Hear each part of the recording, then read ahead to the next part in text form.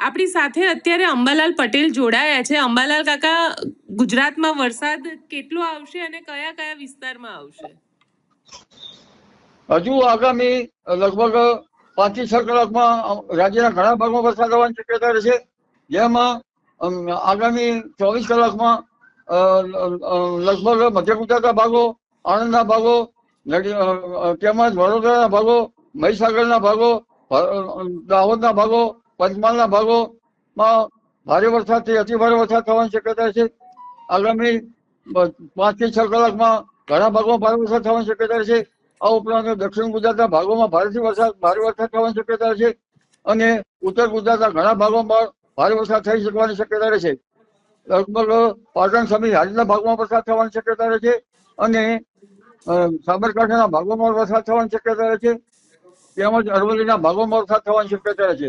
ધીરે ધીરે આ વરસાદનું વહન સૌરાષ્ટ્રના ભાગો તરફ જવાની શક્યતા છે। ભાવનગરના ભાગોમાં ભારેથી અતિભારે વરસાદ થવાની શક્યતા છે અને અમરેલીના ભાગોમાં ભારે વરસાદ થવાની શક્યતા છે। રાજકોટના ભાગોમાં સુરેન્દ્રનગર, ધ્રાંગધ્રાના ભાગોમાં ભારે વરસાદ થવાની શક્યતા છે।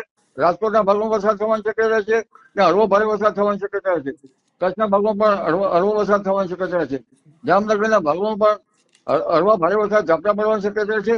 પશ્ચિમ સૌરાષ્ટ્રના ભાગમાં પણ હળવો ભારે વરસાદ ઝાપટા થવાની શક્યતા છે।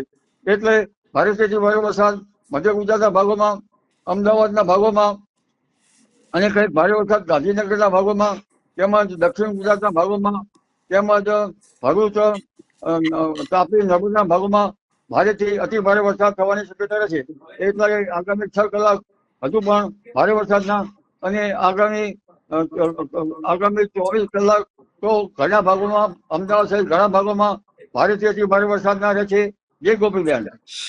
અંબાલાલ કાકા, આમ તો અમદાવાદમાં આજથી વરસાદ કહેવાતો હતો, હવે અમદાવાદમાં વરસાદની શરૂઆત ક્યારથી થશે?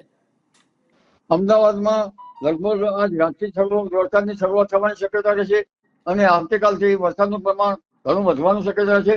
અમદાવાદના ભાગોમાં પણ અતિ ભારે વરસાદ આવવાની શક્યતા રહેશે। જી અંબાલાલ કાકા, મોટા ભાગના વિસ્તારો એવા છે કે સમગ્ર ગુજરાતમાં આપણને વરસાદ જોવા મળશે?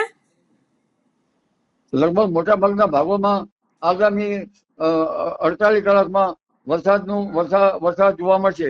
સૌરાષ્ટ્રના ભાગોમાં પણ વરસાદ જોવા મળશે। જી।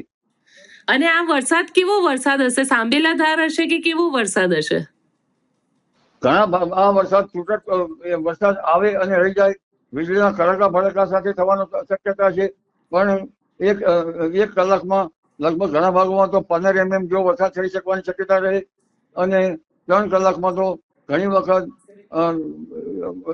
1 થી 2 ઇંચ જેવો પણ વરસાદ ત્રાટકી શકે તેવો વરસાદ આવવાની શક્યતા રહે। જી જી અંબાલાલ કાકા, અમારી સાથે જોડાવા માટે આપનો ખૂબ ખૂબ આભાર।